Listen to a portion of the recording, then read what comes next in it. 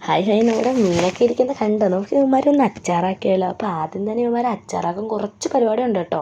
അപ്പോൾ ആദ്യം തന്നെ നമുക്ക് ഇവന്മാരൊന്ന് പുരട്ടി എടുക്കണം.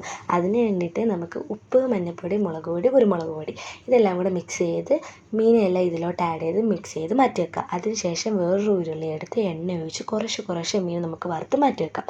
അതിനുശേഷം അടുത്തൊരു ഉരുളി എടുത്തിട്ട് എണ്ണ ഒഴിച്ച് മീൻ വറുത്ത് മാറ്റി വെച്ചിരിക്കുന്ന ബാലൻസ് എണ്ണയും കൂടി ഇതിലോട്ട് ആഡ് ചെയ്ത് കടുക് പൊട്ടിച്ച് ചെറുതായിട്ടരിഞ്ഞ് ഇഞ്ചി, നീളത്തിലരിഞ്ഞ വെളുത്തുള്ളി, ചെറുതായിട്ടരിഞ്ഞ മുളക്, ചെറുതായിട്ട് അരിയണ്ട 3-4 തണ്ട് കറിവേപ്പിലയും കൂടി ഇട്ട് മഞ്ഞൾപ്പൊടി, മുളക് പൊടി, ആവശ്യത്തിനുള്ള ഉപ്പ്, ആവശ്യത്തിനുള്ള കായപ്പൊടിയും കൂടെ ചേർത്ത് മിക്സ് ചെയ്തതിന് ശേഷം നമ്മൾ നേരത്തെ മാറ്റി വെച്ചിരിക്കുന്ന നമ്മുടെ മീനും കൂടി ഇതിലോട്ട് ആഡ് ചെയ്ത് മിക്സ് ചെയ്തിട്ട് നമ്മൾ കുറച്ച് ആവശ്യത്തിനുള്ള വിനാഗിരിയും കൂടെ ആഡ് ചെയ്ത് നല്ലപോലെ മിക്സ് ചെയ്യുക. അതിനുശേഷം ഫൈനലി നമ്മൾ കുറച്ച് സബോള വറുത്ത് മാറ്റി വെച്ചിട്ടുണ്ടായിരുന്നു, അതും കൂടെ ആഡ് ചെയ്താൽ നമ്മുടെ മീനച്ചാർ ഇവിടെ റെഡിയാക്കി കഴിഞ്ഞിരിക്കുകയാണ്.